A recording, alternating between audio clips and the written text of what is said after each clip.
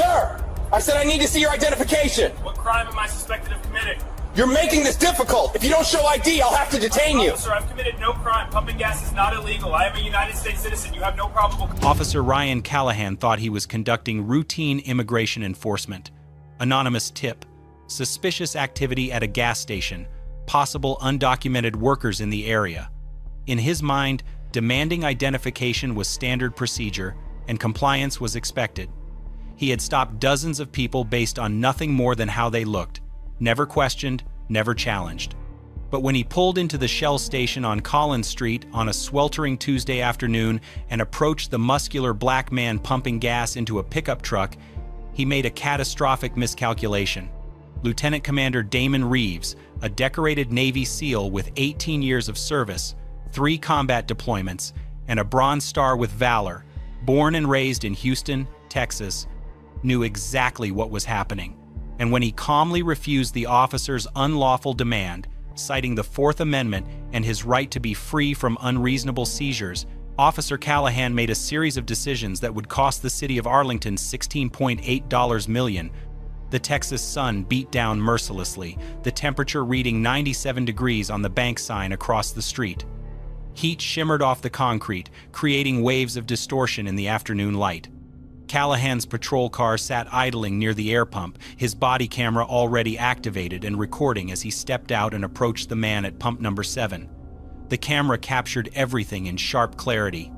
The confident stride, the hand resting on his duty belt, the assumption of authority that had served him well for over a decade. What Callahan didn't know, what he couldn't have anticipated, was that this wouldn't be like the dozens of other stops he'd conducted. This man wouldn't cower. This man wouldn't comply with an illegal order simply because a badge demanded it.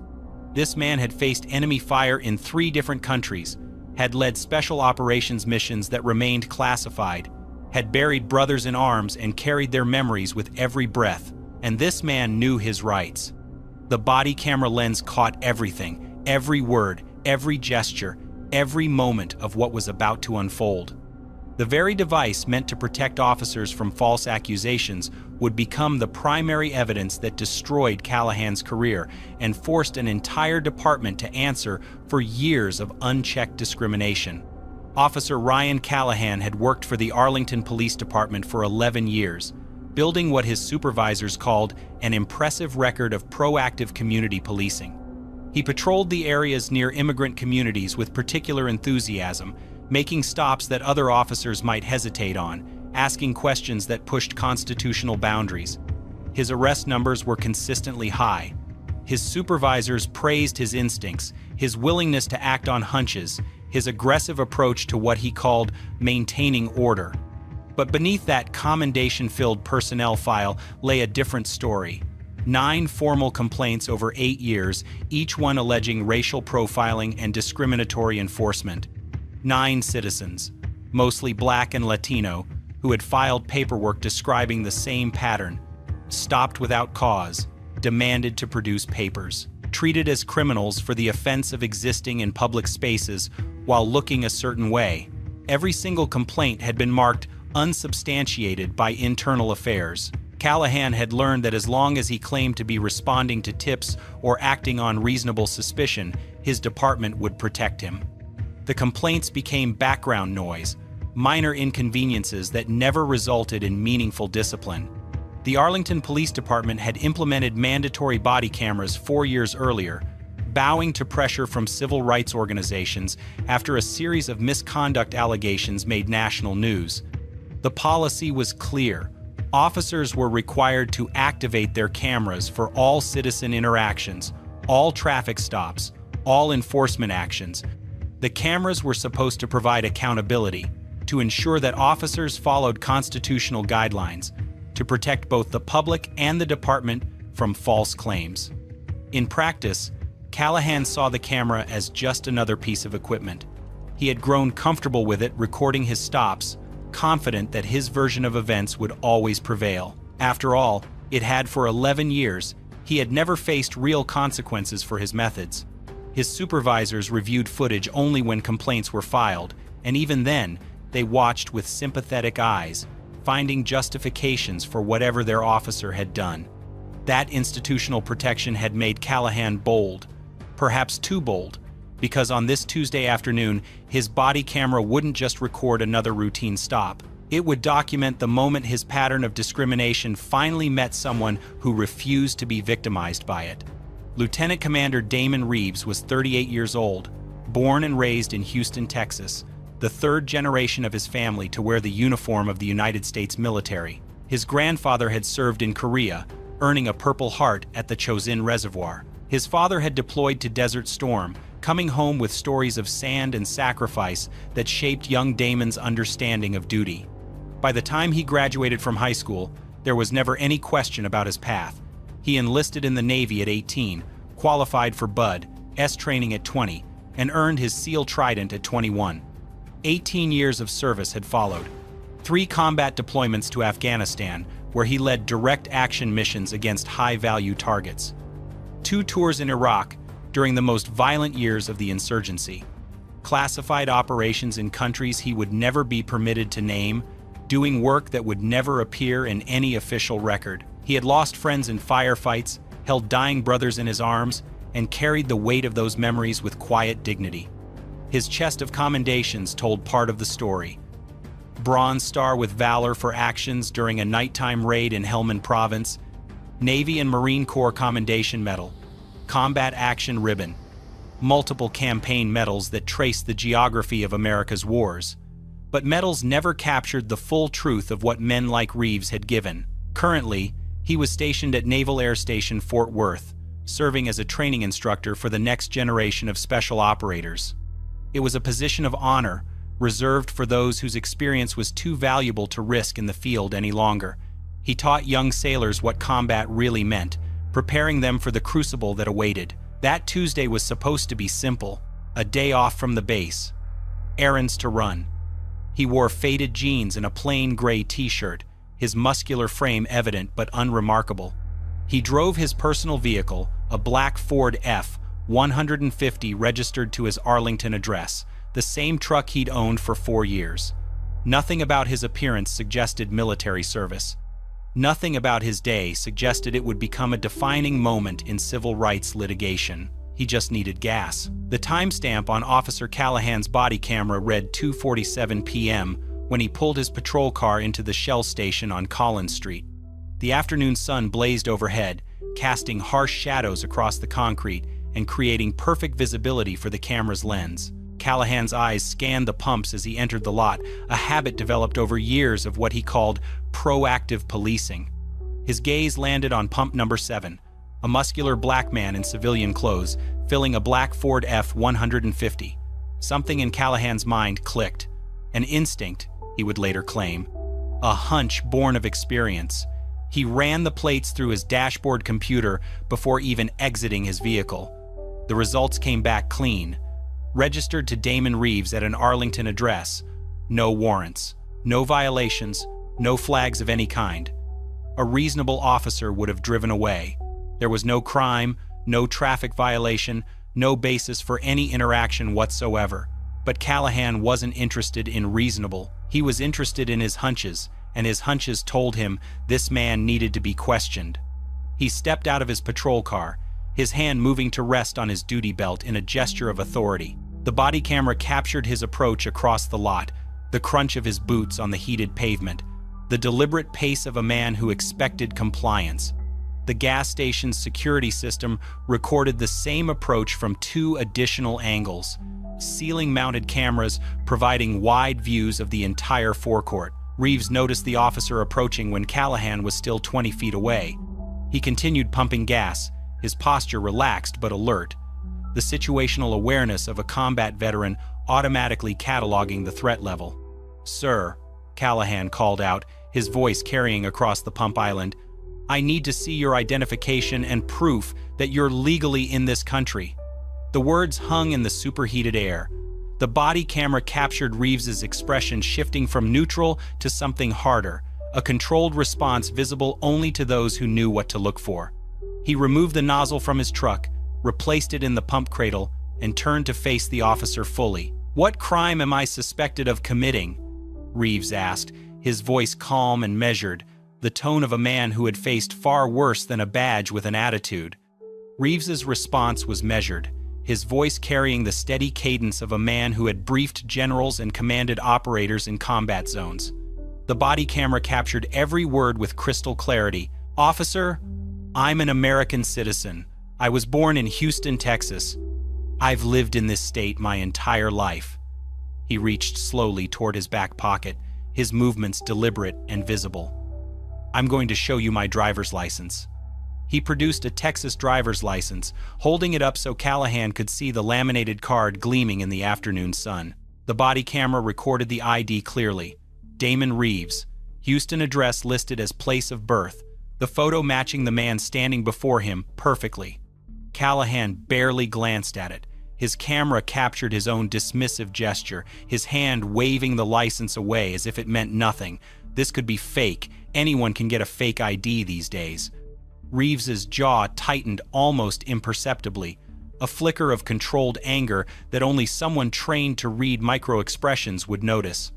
"I also have my military identification. I'm a lieutenant commander in the United States Navy." He reached for his wallet again, producing the Department of Defense Common Access Card, the distinctive design unmistakable to anyone who had ever seen one.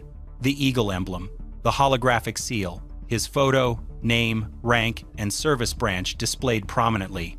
"Anyone can get a fake military ID," Callahan said, his tone dismissive, his camera recording his own words for posterity. "That doesn't prove anything." Reeves returned both cards to his wallet, his movements slow and controlled. "Officer, the Fourth Amendment protects me from unreasonable searches and seizures. You have no probable cause to detain me. You have no reasonable suspicion of any crime. I was pumping gas. That's not illegal. Being black in Texas isn't illegal either, despite what your approach might suggest." The body camera captured Callahan's face flushing, the color rising in his cheeks visible even in the harsh afternoon light. He wasn't accustomed to this. The people he stopped usually complied, intimidated by the badge, afraid of consequences. This man showed no fear. His military bearing was evident in every controlled gesture, every measured word. Around them, the gas station had grown quiet. Other customers had stopped what they were doing, watching the confrontation unfold. The security cameras captured a woman near Pump 3 pulling out her phone, beginning to record. A man at Pump 9 stood frozen, his hand still on the nozzle, staring openly. "You're making this difficult," Callahan said, his voice rising slightly, the frustration bleeding through. "If you've got nothing to hide, you should have no problem answering my questions." "I've answered your questions," Reeves replied, his calm unwavering.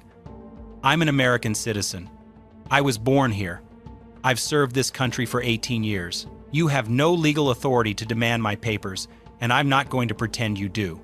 Callahan's hand moved to his radio, his body camera capturing the motion as he keyed the microphone. "Dispatch, this is Unit 147. I need backup at the Shell station on Collins Street. Uncooperative individual, possible immigration violation."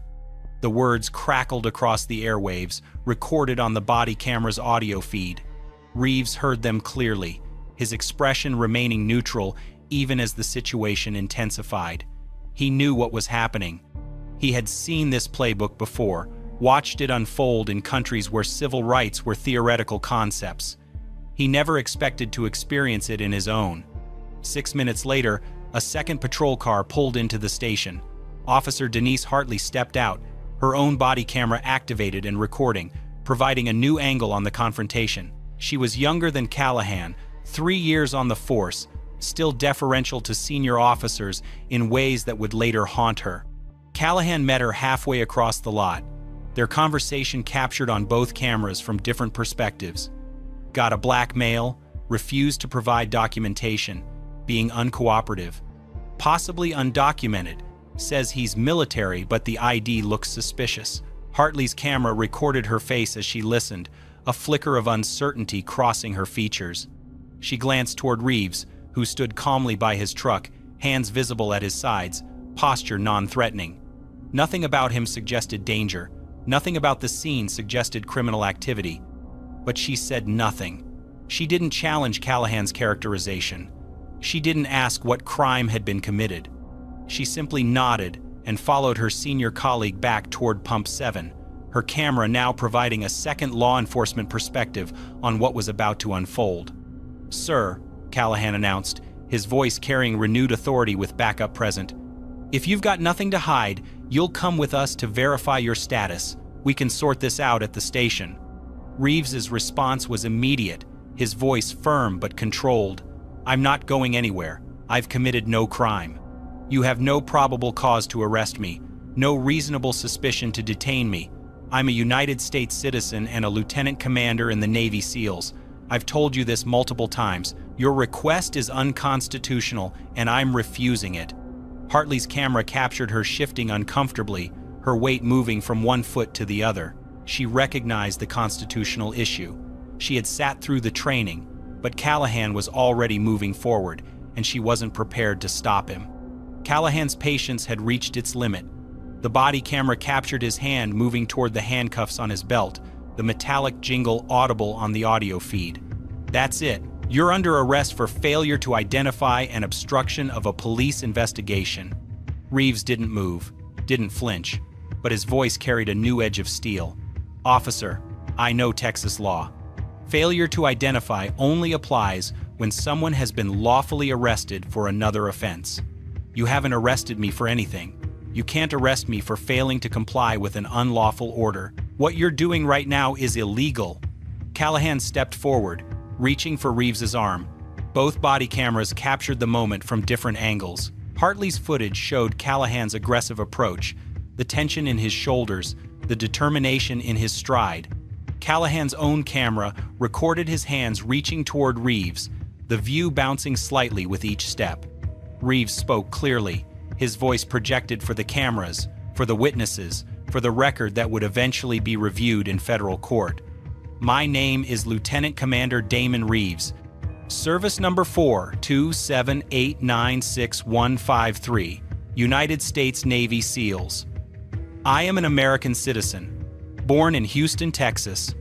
I am being illegally detained without probable cause or reasonable suspicion of any crime. I am not resisting arrest." He turned slowly, placing his hands behind his back in a gesture of compliance that contradicted every instinct his training had instilled. He had been taught to never surrender, to fight until the last breath. But he also understood that resistance here would give them exactly what they wanted: an excuse, a justification, a way to transform their illegal detention into something that looked legitimate. The handcuffs clicked around his wrists, the sound captured on both body cameras simultaneously. Callahan pulled them tight, tighter than necessary, the metal biting into skin that had rope burns and combat scars. Reeves said nothing, his face a mask of controlled composure. "Check his wallet," Callahan ordered, gesturing toward the truck. Hartley moved to comply, her camera recording her hands, retrieving the wallet from where Reeves had placed it on his truck bed. She opened it, and her camera captured the contents in sharp detail. Texas driver's license, military ID card, credit cards. A photo of an older couple, Reeves's parents based on the resemblance. She pulled out the military ID, studying it closely. Her camera recorded every detail. The Department of Defense seal. The holographic security features. United States Navy printed clearly across the card. Lieutenant Commander. The same face looking back at her from both the photo and the man now in handcuffs. "He's got a military ID," she said quietly, her voice nearly a whisper but still captured by Callahan's body camera microphone. "It looks real. It says Navy." "I told you, anyone can fake those," Callahan replied, his dismissal captured on both audio feeds. "We'll verify at the station. Put him in the car." The gas station security cameras captured what the body cameras couldn't. The wide shot of the entire forecourt, customers frozen in disbelief, a mother pulling her children close, an elderly man shaking his head slowly, the woman at pump 3 still recording on her phone, her hand trembling visibly. As Hartley guided Reeves toward the patrol car, a voice cut through the afternoon heat. A white woman in her 50s, standing near the convenience store entrance, her shopping bag forgotten at her feet. "He said he's military," she shouted, her voice cracking with outrage. "This is wrong! He served this country! The security cameras captured her face, her horror, her helplessness. The body cameras captured Reeves being placed in the back of Callahan's patrol car, his head guided down with unnecessary force, his decorated service meaning nothing to the man who held the power in this moment. The booking area at Arlington Police Department hummed with fluorescent lighting and the quiet efficiency of bureaucratic processing. Callahan marched Reeves through the doors at 3:34 p.m., both their images captured on the facility's security system. The body cameras remained active, department policy requiring continuous recording until suspects were fully processed. Officer Jerome Whitfield sat behind the intake desk, a 20-year veteran who had seen every type of arrest come through these doors. He looked up as Callahan approached, his expression neutral until he heard the charges. "Failure to identify and obstruction," Callahan announced, pushing Reeves forward slightly. "Possibly undocumented. Refused to cooperate with immigration verification." Whitfield's eyes moved from Callahan to Reeves, taking in the military bearing, the controlled posture, the calm dignity despite the handcuffs. "You got ID on him?" Hartley stepped forward, placing Reeves's wallet on the counter. Whitfield opened it, and his eyebrows rose sharply as he examined the contents. The Texas driver's license. The military ID card with its unmistakable Department of Defense insignia. He held the CAC card up to the light, examining the holographic features that were impossible to counterfeit. "This says he's a lieutenant commander," Whitfield said slowly, his voice carrying a new weight. "United States Navy." "Could be fake," Callahan repeated, but his voice had lost some of its conviction. Whitfield ignored him, turning to his computer. His fingers moved across the keyboard, accessing databases that would tell him everything he needed to know. The body cameras captured his face as the results populated his screen. His expression shifted from skepticism to concern to something approaching alarm. "Damon Reeves," he read aloud. "United States citizen. Born Houston, Texas, 1986. Active duty Navy, stationed at Naval Air Station Fort Worth. 18 years of service. Security clearance level." He paused, looking up at Callahan.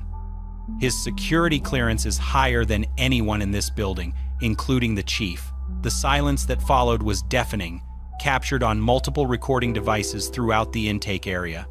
Whitfield reached for his phone. "I'm calling the base." The conversation that followed was brief and devastating. The Naval Air Station confirmed everything. Lieutenant Commander Damon Reeves. SEAL Team Instructor, Bronze Star recipient. Currently on authorized leave. The voice on the other end of the line grew increasingly cold as Whitfield explained the situation. Word traveled up the chain with terrifying speed. Sergeant Patricia Okonkwo appeared within minutes, demanding to see the body camera footage. They gathered in a small office, Callahan's recording playing on a monitor, while Hartley's footage waited in queue. The sergeant's face went pale within the first 2 minutes. By the time Reeves's clear statement of his name, rank, and service number played through the speakers, her jaw was clenched so tight the muscles stood out on her neck. She watched Callahan dismiss the military ID. She watched Reeves being handcuffed without resistance. She watched a decorated Navy SEAL being treated like a criminal for the offense of pumping gas while black. "Get him out of holding," she said, her voice barely above a whisper. "Now." Reeves was released 4 hours after his arrest, the charges evaporating like morning dew under the Texas sun. No paperwork, no formal booking completed. Just a quiet escort to the front desk, where his belongings were returned in a plastic bag. But the damage was already done. His commanding officer at the base had been notified within an hour of his arrest. The Judge Advocate General's office was aware before he even walked out the door. The machinery of military legal response had already begun to turn, and it would not stop until someone answered for what had happened to one of their own. Reeves collected his wallet, his keys, his phone. He said nothing to the officers who avoided his eyes. He simply walked out into the evening air, a free man who had been reminded, on American soil, that his citizenship and his service meant nothing to those who saw only the color of his skin. 3 days after his release, Reeves walked into the downtown Dallas offices of Dubois and Associates, a firm renowned for taking on cases that other attorneys deemed too difficult or too dangerous. Carolyn Dubois had spent 25 years building a reputation as one of the most formidable civil rights lawyers in Texas. She had argued before the Fifth Circuit Court of Appeals 7 times, winning 6. She had forced policy changes in police departments across the state, and when she heard Damon Reeves's story, she cleared her schedule for the rest of the week. "Tell me everything," she said, leaning forward across her mahogany desk. "Don't leave out a single detail." Reeves recounted the encounter with military precision, the timestamps, the exact words spoken, the positions of everyone involved. His training had taught him to observe and remember, skills that had kept him alive in combat zones and would now serve him in a different kind of battle. Dubois filed requests under the Texas Public Information Act that same afternoon. Body camera footage from both officers, dispatch recordings, gas station security footage, personnel files for Callahan and Hartley.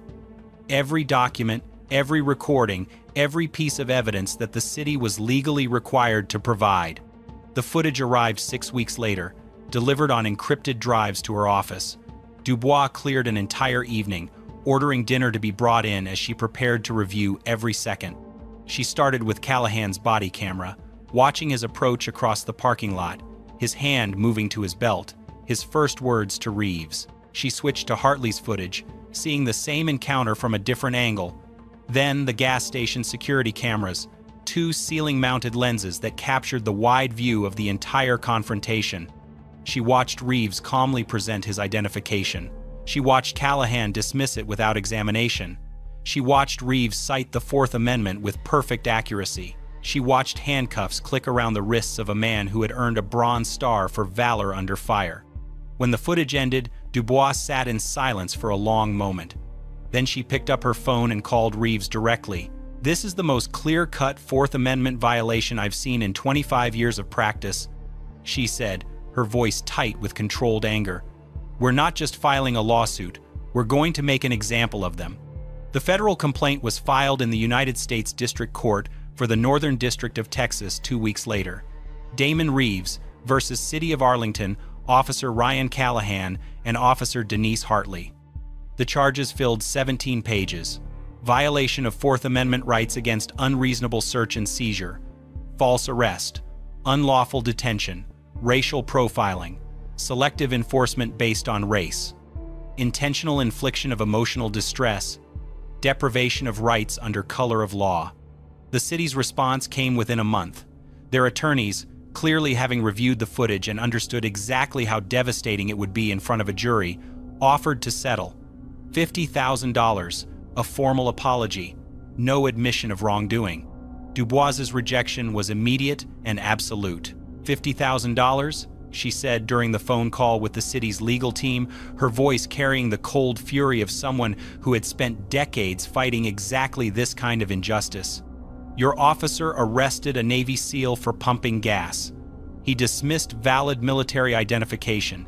He ignored 18 years of service to this country. 50,000 is an insult, and we both know it. We'll see you in court." The case went to trial 19 months after that Tuesday afternoon at the Shell station. The federal courthouse in downtown Dallas had seen its share of high-profile cases, but nothing quite like this. Lines formed outside the building before dawn, spectators hoping to secure one of the limited public seats in the gallery.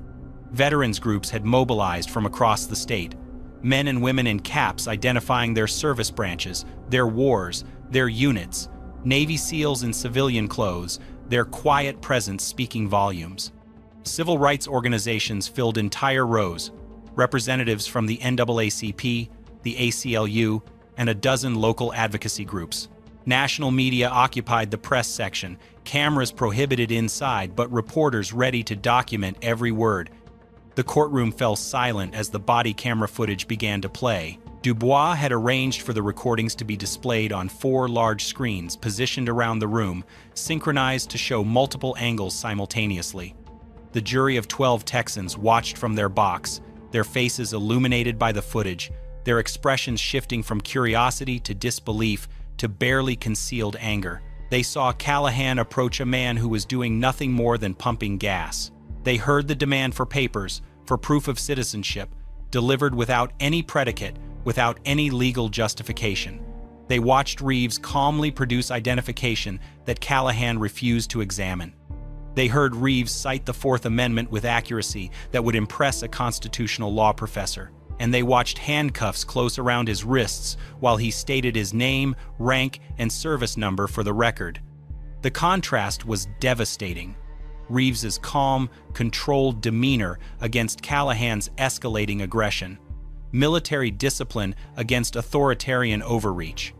A man who had every right to be outraged maintaining perfect composure while an officer with a badge trampled constitutional protections. Reeves testified for 6 hours over 2 days. Dubois guided him through his background, his service record, the details of that afternoon. But it was when she asked about his 18 years as a Navy SEAL that the courtroom truly fell silent. "I've served in 3 combat zones," Reeves said, his voice steady but heavy with emotion. "I've done things for this country that I can never speak about publicly. I've watched brothers die beside me, held them as they took their last breaths, and promised them their sacrifice mattered. I came home carrying their memories, believing that what we fought for actually meant something." He paused, and the courtroom seemed to hold its breath. "I've taken fire for this flag in 3 different countries. I've bled for it, I've killed for it, and I came home to be told I don't belong here, to have my citizenship questioned, to have my identification dismissed as fake, to be handcuffed at a gas station because the color of my skin made an officer decide I was illegal." Several jurors were crying. A veteran in the gallery wiped his eyes openly, making no effort to hide his emotion. Expert witnesses followed. Professor Lawrence Goodwin from the University of Texas School of Law explained Fourth Amendment jurisprudence in clear terms, demonstrating how every element of Reeves's stop violated established constitutional protections. Dr. Simone Baptiste, a sociologist specializing in law enforcement patterns, presented statistical analysis of Callahan's prior complaints, showing a clear pattern of targeting Black and Latino citizens. Those 9 prior complaints, previously dismissed as unsubstantiated, took on new significance in the light of body camera evidence. The jury saw not an isolated incident, but the latest in a documented pattern of discriminatory enforcement, a pattern that the Arlington Police Department had chosen to ignore. The defense attempted to argue qualified immunity, claiming Callahan could have reasonably believed his actions were lawful. Dubois dismantled that argument with surgical precision, playing the footage of Reeves explaining exactly why the stop was unconstitutional, his words captured clearly on the officer's own equipment. Lieutenant Commander Reeves told Officer Callahan he was violating the Fourth Amendment, she told the jury in her closing argument. He explained the law accurately. He offered valid identification, and Officer Callahan arrested him anyway. That's not a reasonable mistake. That's willful indifference to constitutional rights. That's exactly what qualified immunity was never meant to protect. The jury deliberated for 2 days, 47 hours of discussion behind closed doors, 12 citizens weighing the evidence they had seen, the testimony they had heard, the footage that had shown them exactly what happened on that Tuesday afternoon. The waiting was agony. Reeves spent it surrounded by family in a hotel suite near the courthouse, unable to eat, barely able to sleep, his combat-trained mind running scenarios he couldn't control. When the call came that a verdict had been reached, the courtroom filled within minutes, every seat occupied, spectators lining the walls, the air thick with tension and anticipation. Reeves sat at the plaintiff's table, his posture rigid, his hands folded in front of him. Dubois placed a steadying hand on his arm as the jury filed back into the box. The foreperson, a middle-aged woman who had served as an army nurse during the Gulf War, stood to read the verdict. Her voice was clear and unwavering. "On the count of Fourth Amendment violation, we find the defendants liable." The words seemed to echo in the silent courtroom. "On the count of false arrest, we find the defendants liable. On the count of unlawful detention, we find the defendants liable. On the count of racial profiling, we find the defendants liable. On the count of intentional infliction of emotional distress, we find the defendants liable. Liable on all counts.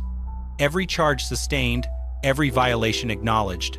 The damages phase lasted another week. The jury heard testimony about what that arrest had cost Damon Reeves beyond the 4 hours in detention. A psychologist described the symptoms of post-traumatic stress that had emerged, the hypervigilance that now accompanied every interaction with law enforcement, the nightmares that transported him back to that gas station, handcuffs clicking around his wrists while he stood helpless. Colleagues from the Naval Air Station testified about the impact on his career, the security review triggered by his arrest, the questions about his judgment, the whispered conversations that followed him through the halls of the base, where he had once commanded universal respect. A fellow SEAL, his voice breaking, described watching a man who had never shown fear in combat flinch at the sight of a police car.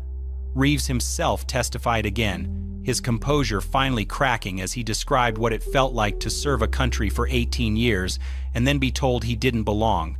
"I've been shot at," he said, his voice thick with emotion.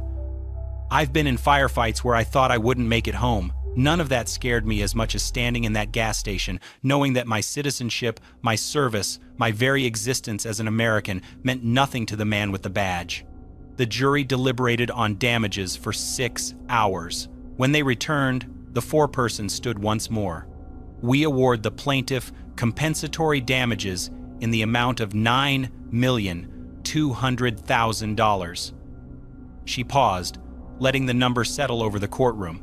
"And we award punitive damages in the amount of $7,600,000. The total hung in the air, $16.8 million, the largest civil rights verdict in Arlington history, the largest against any police department in the Northern District of Texas.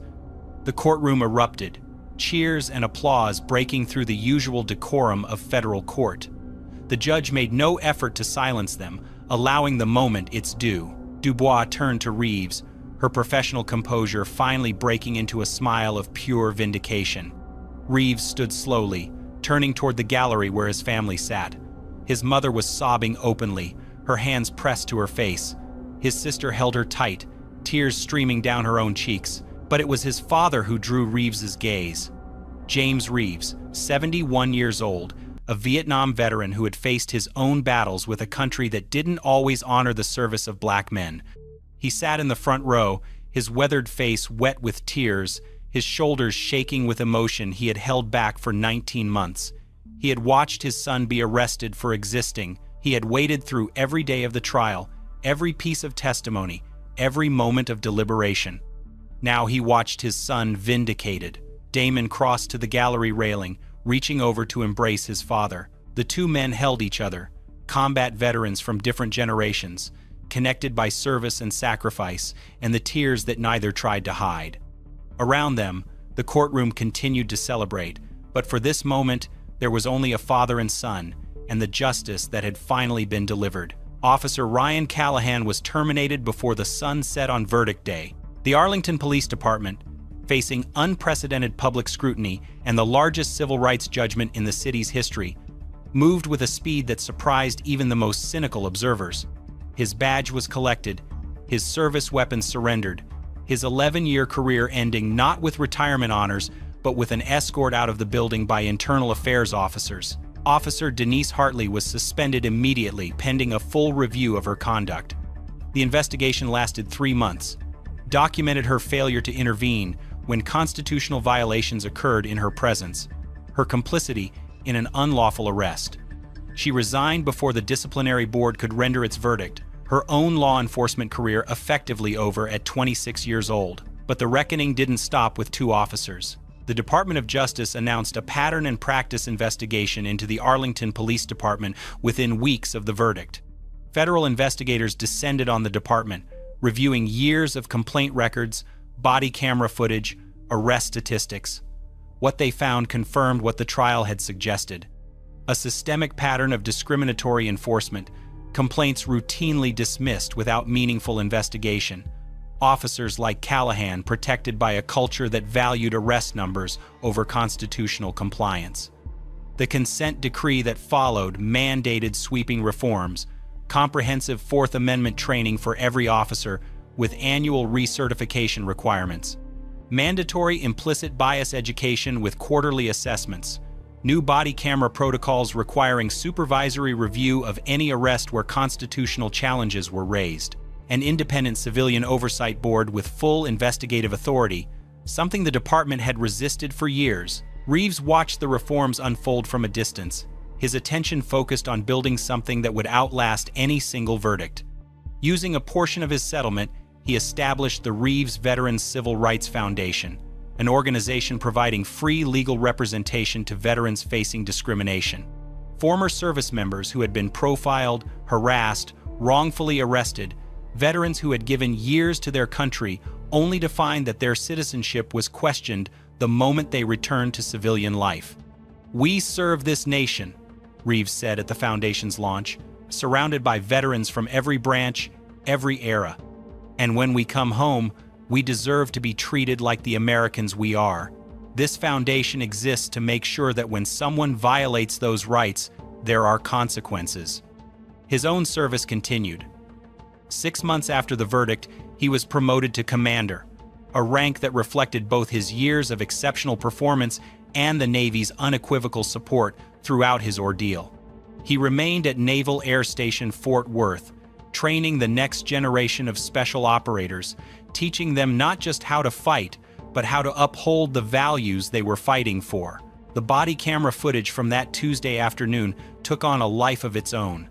Law enforcement training academies across the country incorporated it into their curricula, a stark example of how implicit bias could lead to catastrophic constitutional violations. Instructors paused the video at key moments, analyzing Callahan's dismissive gestures, Reeves's textbook-perfect assertion of his rights, the exact point where a lawful interaction became an illegal arrest. The gas station security footage went viral within days of being released after the trial. Millions of views across social media platforms, shared and reshared by veterans groups, civil rights organizations, ordinary citizens who watched in horror as a decorated Navy SEAL was handcuffed for pumping gas. The comment sections filled with outrage, with personal stories, with demands for accountability that extended far beyond Arlington, Texas. National conversations erupted about racial profiling, about the treatment of Black veterans, about the gap between the freedoms Americans claim to cherish and the reality faced by those whose skin color made them perpetual suspects. Congressional hearings referenced the case. Presidential candidates invoked Reeves's name. A moment at a gas station became a symbol of something much larger. And in Arlington, at the Shell station on Collins Street, life returned to normal. Cars pulled in for gas, customers came and went, the afternoon sun continued to beat down on the Texas concrete. But something had changed. A small plaque appeared near Pump 7, placed there by the station's owner. It read simply, "Commander Damon Reeves, American hero, vindicated." If you think this situation was bad, wait until you see what happens in the case on the right-hand side. Sir, stop right there. Don't move. You were selected and you will comply. I am complying. Please lower your Don't voice. tell me how to do my job. What's in the bag? Personal items and gifts. I've shown my That doesn't ID. mean anything. You don't get to question I'm asking me. what rule I... TSA officer Gerald Whitmore spots a black man in the security line at Atlanta Hartsfield-Jackson International Airport. The man is wearing full Army combat uniform, camouflage fatigues, with unit patches clearly visible, an American flag on his shoulder, tan combat boots. His tactical backpack sits on the conveyor belt, also bearing an American flag patch. There is absolutely no ambiguity about who this man is. But Whitmore doesn't see a soldier. He sees a target. Sergeant First Class Darius Okonkwo, a 22-year Army veteran and decorated Green Beret who has served 4 combat tours, 2 in Afghanistan, 2 in Iraq, is returning home from a training exercise at Fort Benning. He's wearing the uniform of the United States Army. His credentials are stitched into his chest, and none of it matters to Whitmore. The security cameras overhead capture everything. Whitmore approaches, positions himself directly in front of the soldier, and the confrontation begins. What happens over the next 47 minutes will be recorded from 12 different security camera angles, 3 TSA body cameras, and at least 15 cell phones. It will cost the federal government $23.7 million. Gerald Whitmore, 43, has been with TSA Atlanta for 11 years. He has 34 formal complaints in his file 29 involving passengers of color. He specifically requested assignment to the main security checkpoint at the domestic terminal, where he processes over 400 passengers daily. Internal documents reveal his random selection rate for black passengers is 11 times higher than for white passengers. His supervisors call him thorough. Fellow officers have a different name for him, the collector, because he collects minorities for secondary screening like trophies. He's been reprimanded twice but never disciplined. His body camera has malfunctioned during 19 prior incidents that resulted in complaints. But today, the overhead security cameras are rolling. His colleagues' body cameras are recording, and a dozen passengers have their phones out. Whitmore has never faced a consequence in his career. That's about to change. Sergeant First Class Darius Okonkwo, 41, born on the south side of Chicago, raised by his grandmother after his mother died when he was 7, enlisted the day after his 18th birthday. 22 years of service, 4 combat deployments. Special Forces qualified a Green Beret. He's earned the Bronze Star with Valor, the Purple Heart wounded by an IED in Helmand Province, and the Combat Infantryman Badge. He's currently assigned to the 3rd Special Forces Group at Fort Bragg. He's returning from a 2-week training exercise at Fort Benning, still in uniform, because he came straight from the field to catch his flight home to see his wife, Dr. Amara Okonkwo, a cardiologist at Duke University Medical Center, and his 2 daughters, ages 8 and 12. He's wearing the uniform of the United States Army. His name is stitched on his chest, his rank is displayed on his collar, his unit patches are sewn onto his shoulders, his service is literally written on his body, and Gerald Whitmore looks at him and sees a fraud. 3:47 p.m. The security camera footage, which will later be played in federal court, shows SFC Okonkwo approaching the security checkpoint in full uniform. He places his tactical backpack on the conveyor belt. The American flag patch is clearly visible. He removes his patrol cap and places it in a bin. He's calm, professional, following every procedure. The footage shows Whitmore watching from his position near the X-ray monitors. His head tracks Okonkwo's movement through the line. He whispers something to his colleague, Officer Pamela Vance. Her body camera, which is recording, captures his words. "Watch this. Probably stole that uniform from a surplus store. These guys think they can wear whatever they want." Whitmore steps forward, directly into Okonkwo's path. The overhead camera captures the moment perfectly, the TSA officer in blue positioning himself in front of the soldier in camouflage. "Sir, you've been randomly selected for additional screening." Okonkwo's expression doesn't change. He's been through this before.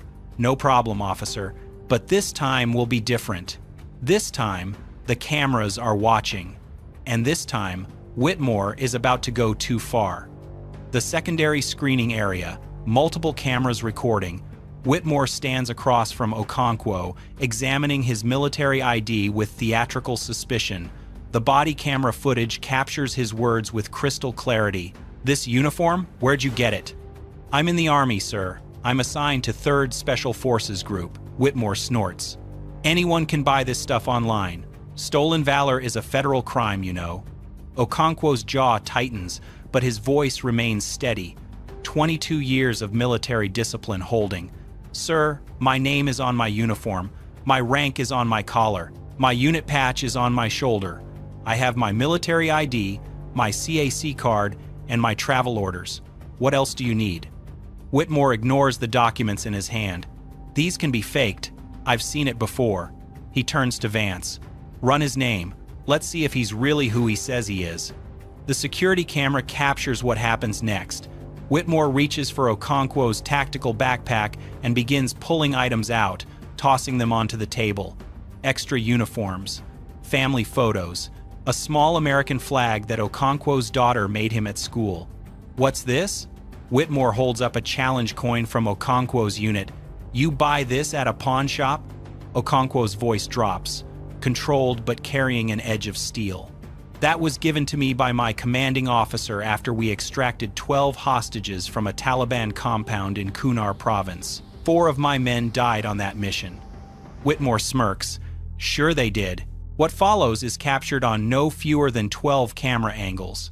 The overhead security cameras, 3 TSA body cameras, and 15 cell phones from passengers who have stopped to watch a TSA officer harass a man in military uniform. Whitmore demands a full pat-down, invasive, prolonged, performed in full view of the security checkpoint. Passengers are filming openly now. Some are shouting, "He's in uniform! That's a soldier! What are you doing? This is wrong! Someone call a supervisor!" Whitmore ignores them. He orders Okonkwo to remove his uniform jacket, his blouse, exposing the brown undershirt beneath. He demands Okonkwo remove his boots. A decorated Green Beret stands in his socks on the cold airport floor, while a TSA officer with 34 complaints rifles through his belongings. Then Whitmore finds the metal case. Inside, the Bronze Star, the Purple Heart, the Combat Infantryman Badge. "These real?" Whitmore asks, his voice dripping with sarcasm. "Or did you buy these on eBay too?" Okonkwo's response is quiet, controlled, and devastating. "The Purple Heart was awarded after an IED took my left kidney in Helmand Province in 2009. The scar is still on my back if you'd like to see it." Whitmore's response, captured on 3 body cameras: "That won't be necessary, but you're not going anywhere until we verify you're not impersonating military personnel." He handcuffs Sergeant First Class Darius Okonkwo, a man who has bled for his country, to a chair in the screening room. Sergeant First Class Darius Okonkwo had been handcuffed for 1 hour and 47 minutes when Atlanta PD Sergeant Keisha Lawson walked through the door. A 20-year police veteran and former Army Reserve soldier herself, she knew exactly what she was looking at.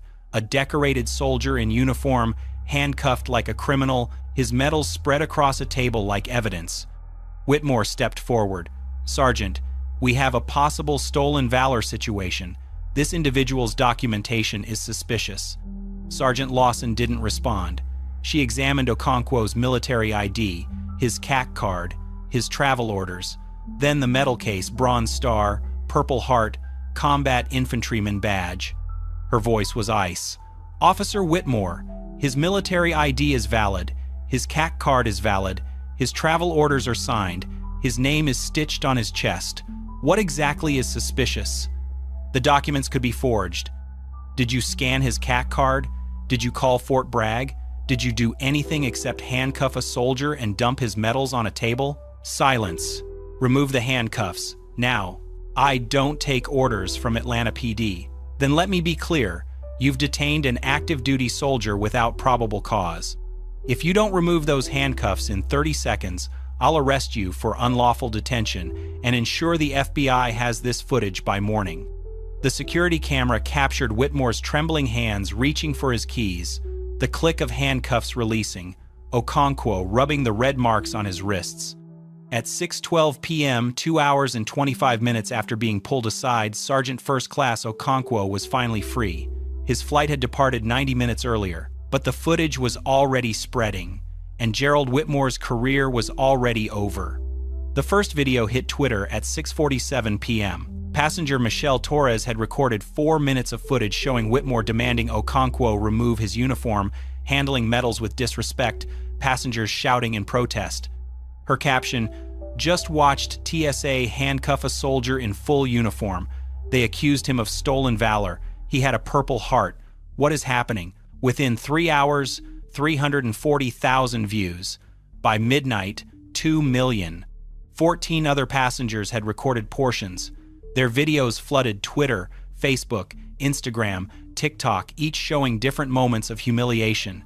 Whitmore's sneer about the challenge coin, his eBay comment about the Purple Heart, the handcuffs clicking shut.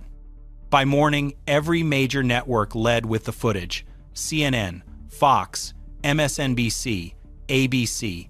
The images were devastating.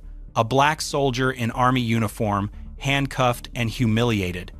The Pentagon statement confirmed everything.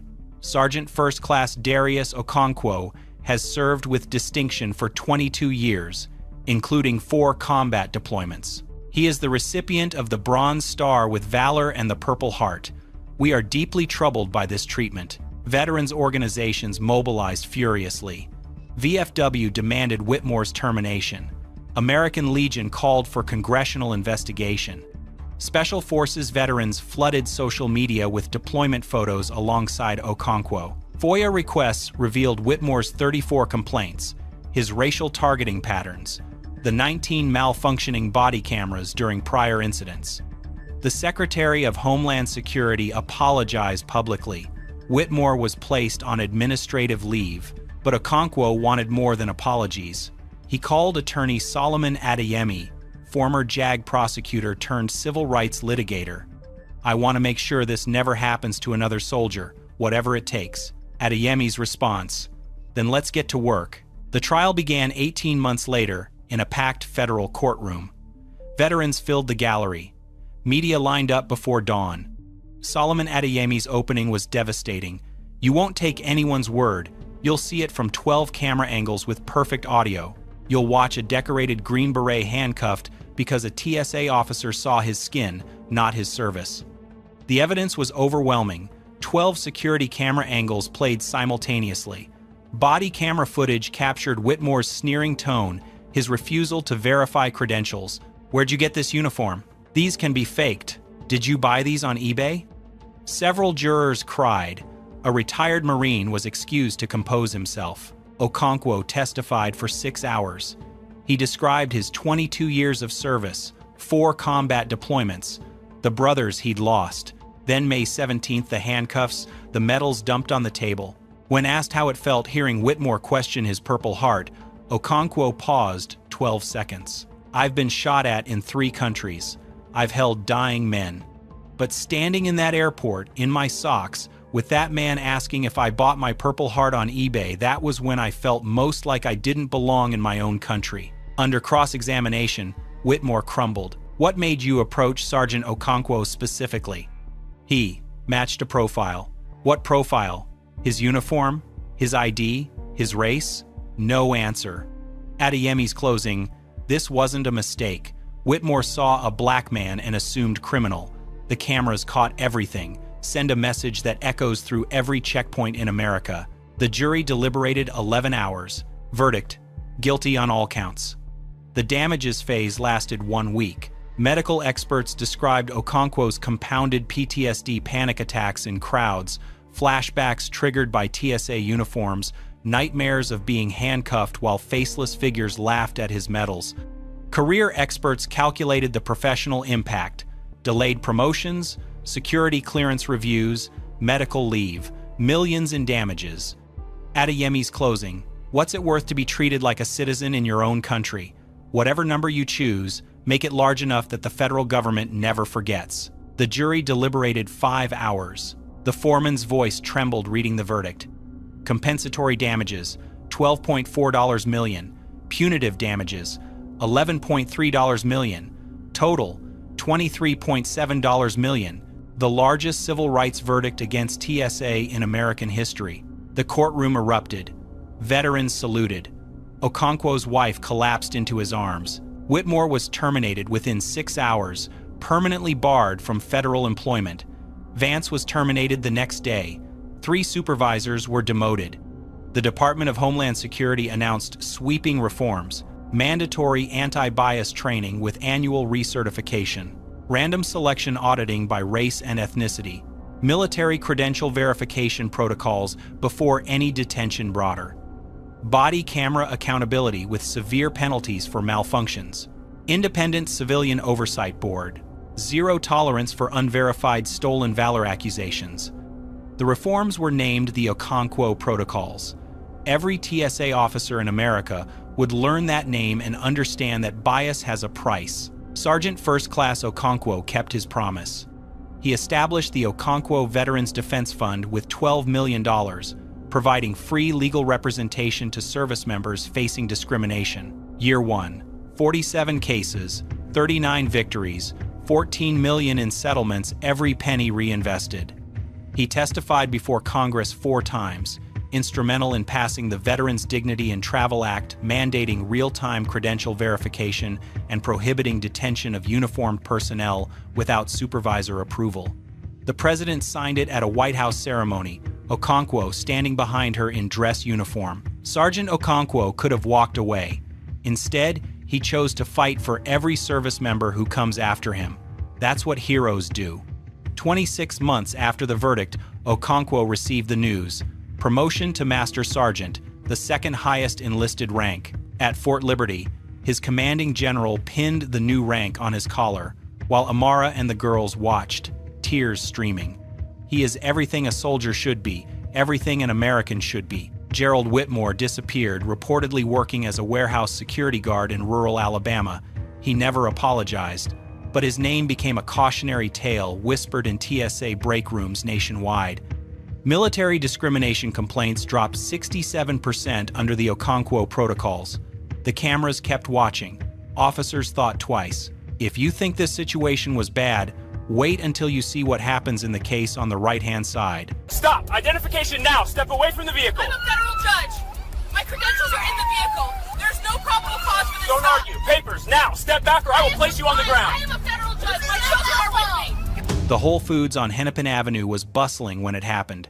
Saturday morning, 10:23 a.m., the kind of Minnesota autumn that painted everything in gold and crimson, crisp air carrying the smell of fallen leaves and fresh coffee from the cafe inside. Judge Lorraine Ashford had pulled into the lot for a quick grocery run before heading back to her mother's house. Still in weekend clothes, cream sweater, dark jeans, her reading glasses pushed up on her head, her 9-year-old son, Damon, was asking about what Grandma might cook for dinner. Her 7-year-old daughter, Zoe, was already sneaking grapes from one of the bags. Just another Saturday errand. Except 3 ICE agents were stepping out of an unmarked black Tahoe she hadn't noticed parked 2 rows over.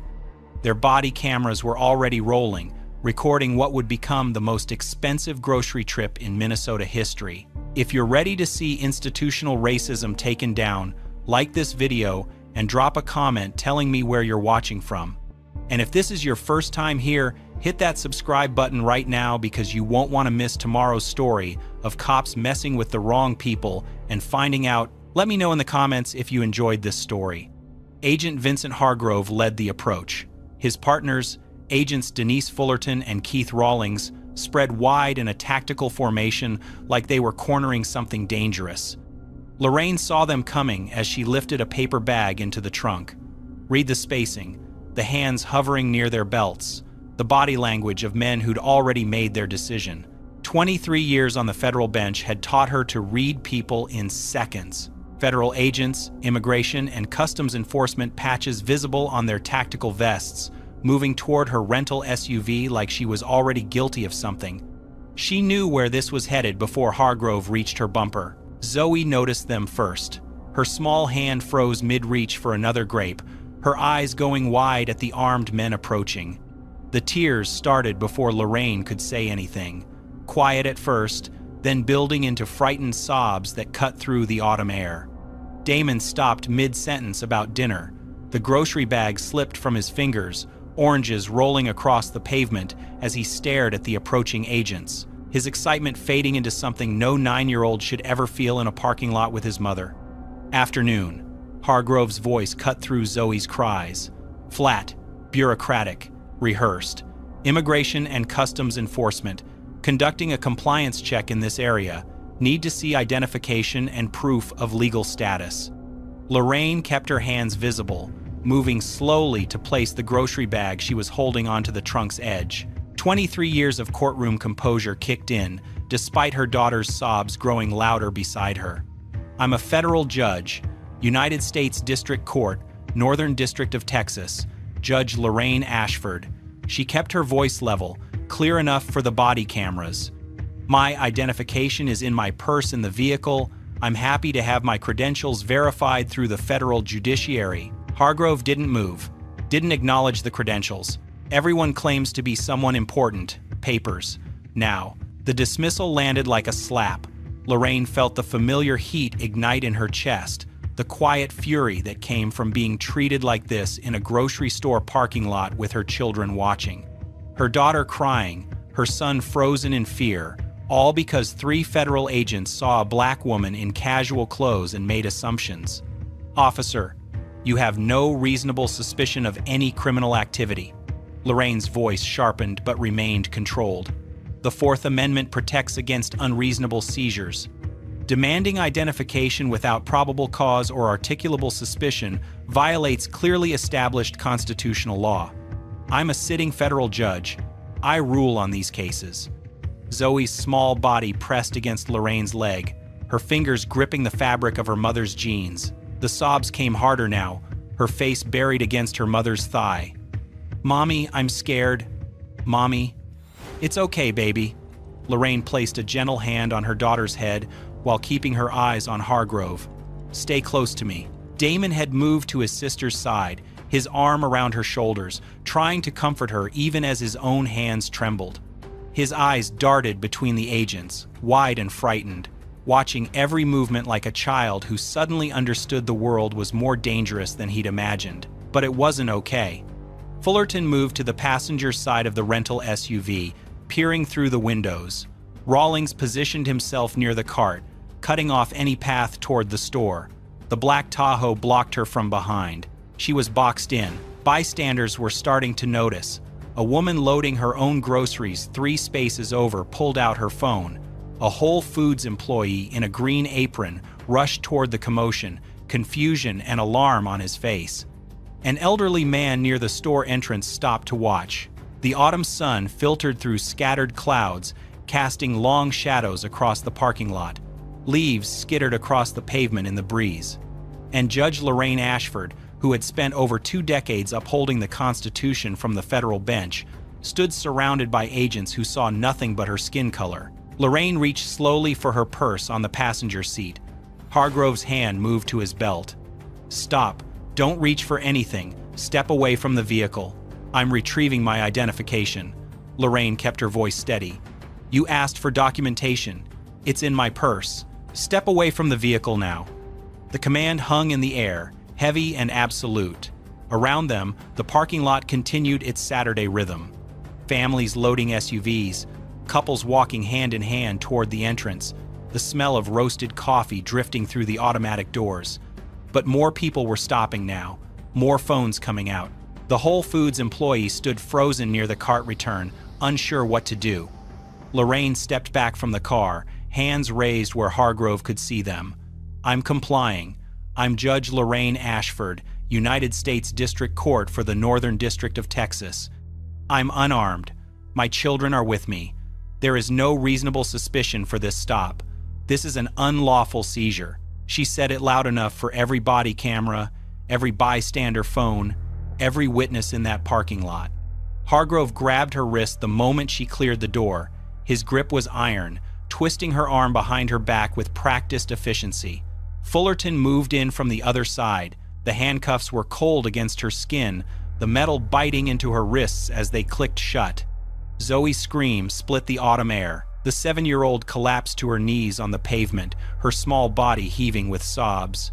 "Mommy, Mommy, Mommy." The word repeated like a desperate prayer, her hands reaching toward her mother even as the distance between them grew.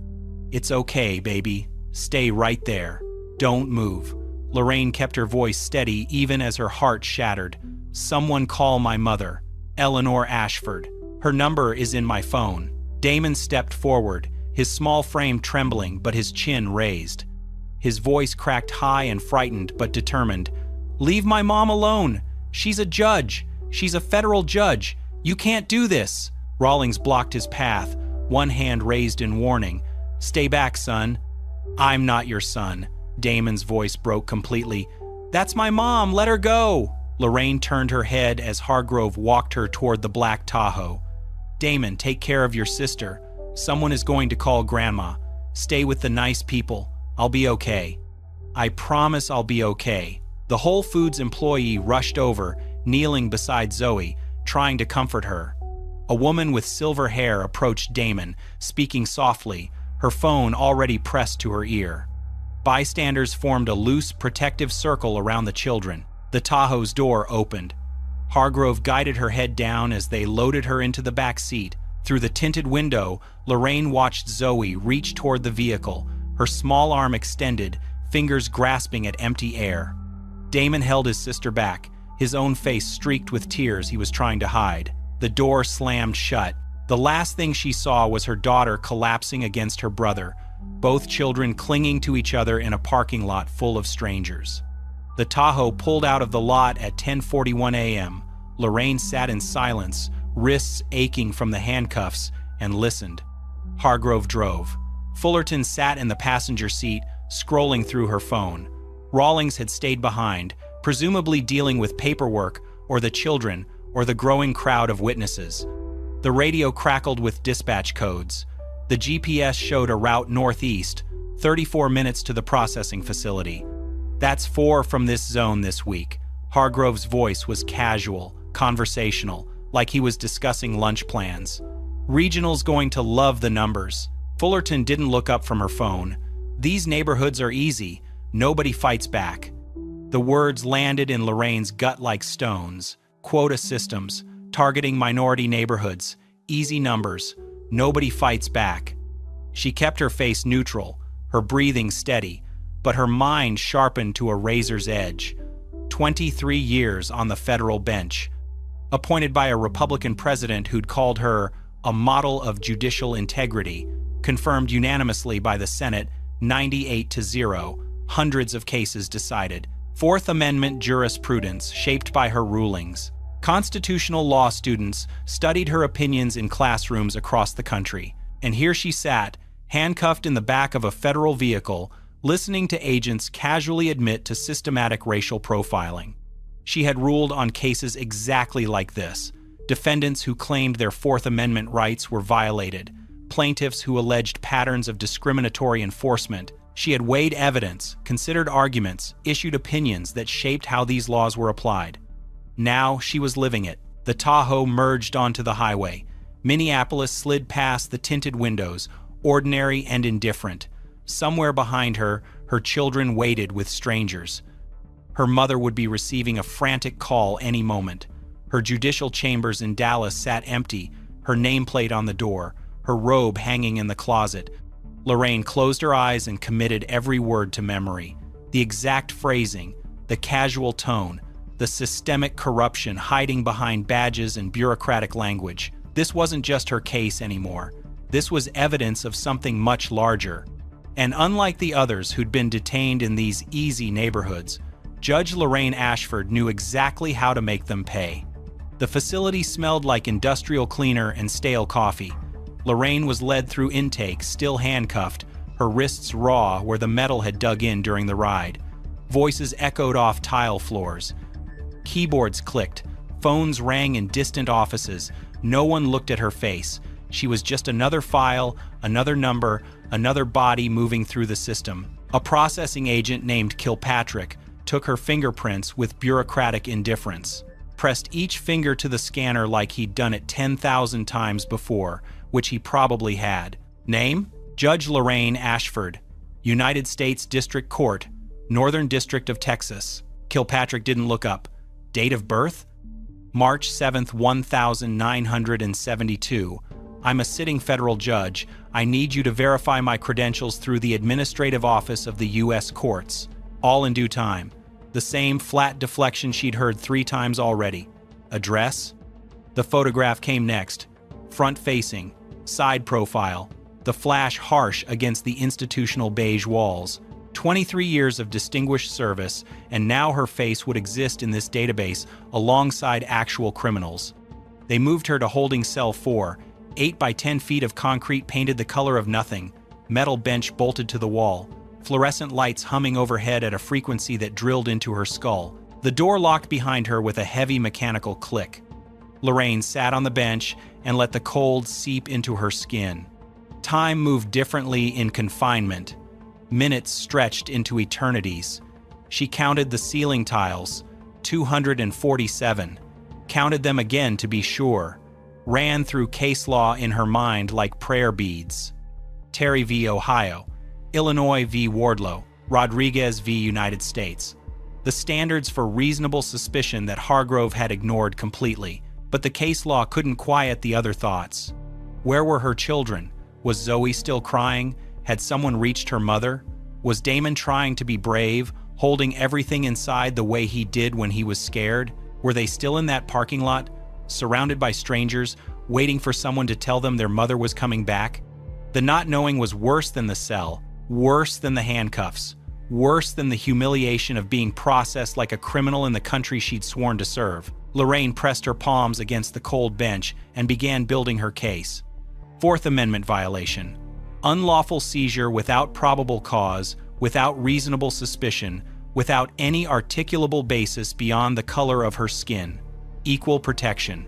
Selective enforcement targeting minority neighborhoods. Intentional infliction of emotional distress. Her children's trauma, witnessed and documented by dozens of bystanders, pattern and practice. The quota conversation, the systematic targeting, the casual admission of institutional racism, each element another brick in the wall she would build around them. The fluorescent lights hummed. The clock in the hallway ticked forward, and Judge Lorraine Ashford sat in that cell, constructing the architecture of their destruction. 4 hours and 17 minutes after Hargrove had grabbed her wrist in that parking lot, the cell door opened. A woman stood in the doorway, gray suit, supervisor's badge, nameplate reading P. Garrett. Her face had the particular pallor of someone who had just realized exactly how badly her subordinates had miscalculated. Judge Ashford, not a question. I'm Agent Pauline Garrett. There's been a situation. The situation is that your agents detained a sitting federal judge without probable cause, ignored her repeated identification, and held her for over 4 hours while her minor children were left with strangers. Lorraine stood slowly, her legs stiff from the metal bench. That's not a situation. That's a constitutional violation. Garrett's jaw tightened. We've confirmed your identity with the Administrative Office of the U.S. Courts. You're free to go. No apology, no acknowledgement of wrongdoing, just bureaucratic confirmation that they'd made a catastrophic mistake wrapped in language designed to minimize accountability. I want copies of all body camera footage from today's incident. Lorraine kept her voice level, each word precise. I want the incident report. I want the names and badge numbers of every agent involved, including you. I want documentation of the reasonable suspicion that supposedly justified my detention. You can file a formal request through proper channels. I'm filing it now, verbally, on whatever recording devices are operating in this facility. Lorraine stepped closer to Garrett. Agent Vincent Hargrove, badge number visible on his vest during arrest. Agent Denise Fullerton, Agent Keith Rawlings, and you, Agent Garrett. I want all of it documented. Garrett's expression hardened, but her eyes betrayed something else. Fear, maybe, or the dawning recognition that this wasn't going away quietly. We apologize for any inconvenience, Garrett said. Standard procedure in these operations. Lorraine almost laughed. Almost. Unlawful detention of a federal judge is not an inconvenience. Traumatizing my children is not standard procedure. What happened today was a constitutional violation documented by your own body cameras, by bystander recordings, and by my testimony. She collected her belongings from the property desk, her movements deliberate. Expect to hear from my attorneys, and expect this to be very, very public. She walked out of the facility into late afternoon sunlight that felt too bright after hours under fluorescent humming. The autumn air hit her face, sharp and clean. Somewhere across the city, her children were waiting. Lorraine Ashford had survived the cell. Now the real work would begin. The taxi pulled up to the curb at 3:47 p.m., 20 minutes from the facility to her mother's house in St. Paul, the longest 20 minutes of her life. Lorraine had barely opened the door when they came running. Zoe burst through the front entrance like something had launched her, her small legs pumping across the lawn, her face twisted with a mixture of terror and relief. She collided with Lorraine's body before she'd even stood fully upright, arms wrapping around her waist with desperate strength. Mommy, mommy, mommy. The word came out broken, muffled against Lorraine's jacket. Zoe's entire body shook with sobs that seemed too large for her 7-year-old frame. Damon followed seconds behind. He was trying to hold it together. Lorraine could see it in the set of his jaw, the way he walked instead of ran, the 9-year-old's attempt at composure. But the moment he reached her, the moment her arm wrapped around his shoulders and pulled him close, everything crumbled. He buried his face against her side and cried. Lorraine knelt on the brown grass of her mother's front lawn, holding both children so tightly her arms ached. She could feel their hearts pounding against her chest, could feel the fear still trembling through their small bodies, could feel something fundamental that had broken in them today. "I'm here, babies. I'm right here. I'm so sorry. I'm so sorry." The taxi pulled away behind her. Neighbors watched from porches and windows. None of it mattered. Only the weight of her children in her arms. Only their breath against her neck. Only the knowledge that they were together again. Eleanor stood in the doorway. 78 years old, daughter of civil rights marchers who'd walked the streets of Houston in 1963, granddaughter of sharecroppers who'd known the particular terror of living black in East Texas. Her hands gripped the doorframe, trembling with something far older and deeper than fear. When Lorraine finally guided the children inside, Eleanor's voice came out quiet and terrible. "They put handcuffs on you in front of your babies?" Lorraine nodded, unable to speak past the rage lodged in her throat. Eleanor's eyes glistened. Her jaw tightened. 60 years of civil rights progress, and here stood her daughter, a federal judge, handcuffed in a grocery store parking lot while her grandchildren screamed. "What are you going to do?" Lorraine looked at her mother, then at Damon and Zoe still pressed against her sides, their tear-streaked faces turned up toward her. "I'm going to dismantle them." That night, the children refused to sleep in the guest room. Zoe positioned herself against Lorraine's left side, fingers twisted in the fabric of her shirt. Damon lay on her right, close enough that she could feel his breathing. Neither would let her out of sight. Neither would close their eyes until exhaustion finally claimed them. Lorraine lay awake in the darkness, listening to her children breathe, and began to document everything. Sunday morning found Lorraine at her mother's kitchen table, yellow legal pad filled with her precise handwriting. The October sunlight streamed through lace curtains Eleanor had hung 30 years ago. The smell of coffee mixed with the lingering scent of the bacon and eggs she'd made to coax the children into eating. Damon and Zoe sat in the living room, cartoon voices drifting in from the television, neither of them ready to be more than a room away from their mother. Lorraine wrote, "Timestamps, 10:23 a.m. Agents exit vehicle, 10:26 a.m. First demand for identification, 10:34 a.m. Handcuffs applied, 10:41 a.m. Transported from scene, 2:58 p.m.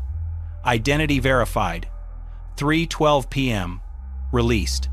Badge numbers, Hargrove's visible on his vest during arrest, Fullerton's mentioned during processing, Rawlings captured in bystander footage. Exact quotes. Everyone claims to be someone important. That's 4 from this zone this week. Regional's going to love the numbers. These neighborhoods are easy. Nobody fights back. The quota conversation, word for word, exactly as spoken, committed to memory in the back of that Tahoe, and now preserved on paper. Her children's trauma, Zoe's collapse on the pavement, Damon's cracking voice trying to defend her. The nightmares that would come, the therapy that would be needed, the trust that had been shattered. Her phone buzzed. Another notification. The bystander videos were everywhere now. Lorraine spent an hour downloading every angle she could find. 6 different recordings from 6 different phones. The woman 3 spaces over, the teenager near the cart return, an elderly man by the entrance, a Whole Foods employee who'd filmed from inside. 2 others she couldn't identify, all of them capturing the same thing from different perspectives. Her calm assertions, her credentials dismissed, her children's terror, the handcuffs clicking shut. She backed up each video to 3 separate locations, cloud storage, external hard drive, emailed to herself and her personal attorney. By noon, her phone was ringing constantly. Word had spread through the federal judiciary like wildfire. Colleagues from the bench calling in shock and fury. A Ninth Circuit judge she'd known for 15 years. A D.C. Circuit judge who'd clerked with her decades ago. The chief judge of her own district demanding to know what he could do. The message was unanimous. This cannot stand. Lorraine looked at the legal pad filled with evidence, looked at her children in the next room, still too afraid to let her out of sight. thought about her grandmother who'd marched in Houston, her father who'd been denied service at lunch counters, the legacy of fighting back that ran through her blood. Settlement offers would come, confidentiality agreements, pressure to make this go away quietly. She thought about all the others who'd been stopped in those easy neighborhoods, the ones who didn't have her credentials, the ones who didn't have bystander phones, the ones who couldn't fight back. This wasn't going to be settled quietly. This was going to trial. Samuel Okonkwo's office occupied the corner of the 14th floor in a downtown Dallas high-rise. The walls told his story better than any biography could. Framed verdicts from 30 years of dismantling institutional racism, photographs with civil rights icons, newspaper clippings from cases that had changed how America understood discrimination. Lorraine sat across from him 2 weeks after the parking lot, her documentation spread across his mahogany desk. Okonkwo read in silence, his expression darkened with each page. The timestamps, the badge numbers, the bystander video descriptions. The children's psychological intake forms from their first therapy session, Zoe's nightmares, Damon's sudden fear of anyone in uniform. When he reached the yellow legal pad page detailing the SUV conversation, he stopped, looked up sharply, his reading glasses catching the afternoon light. They said this where you could hear them? Word for word. Lorraine's voice was steady. Hargrove told Fullerton, "That's 4 from this zone this week. Regional's going to love the numbers." She responded that these neighborhoods are easy.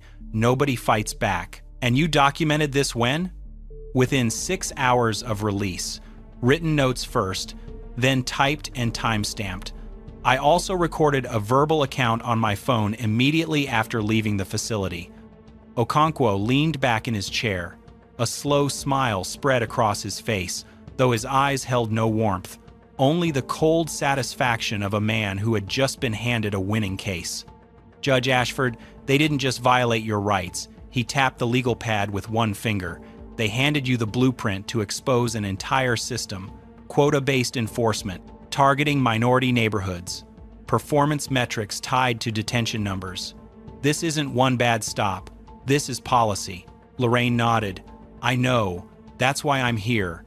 They're going to offer you money, significant money, with confidentiality agreements designed to bury this forever." "I'm not interested in money." Okonkwo studied her for a long moment. "What are you interested in?" "A trial. Public. Every document in the open. Every email exposed. Every agent on the stand explaining exactly how they decide who looks illegal." Lorraine leaned forward. "I want the entire country watching when we prove this is systematic." Okonkwo's smile widened. "Then let's give them something to watch." The lawsuit filed 4 weeks later in the United States District Court for the District of Minnesota. The defendants, the United States of America, the Department of Homeland Security, Immigration and Customs Enforcement, and agents Vincent Hargrove, Denise Fullerton, and Keith Rawlings in their individual capacities. The charges were specific and devastating: unlawful detention, violation of Fourth Amendment rights, racial profiling in violation of the Equal Protection Clause, intentional infliction of emotional distress, denial of due process, deprivation of civil rights under color of federal authority. The evidence was overwhelming.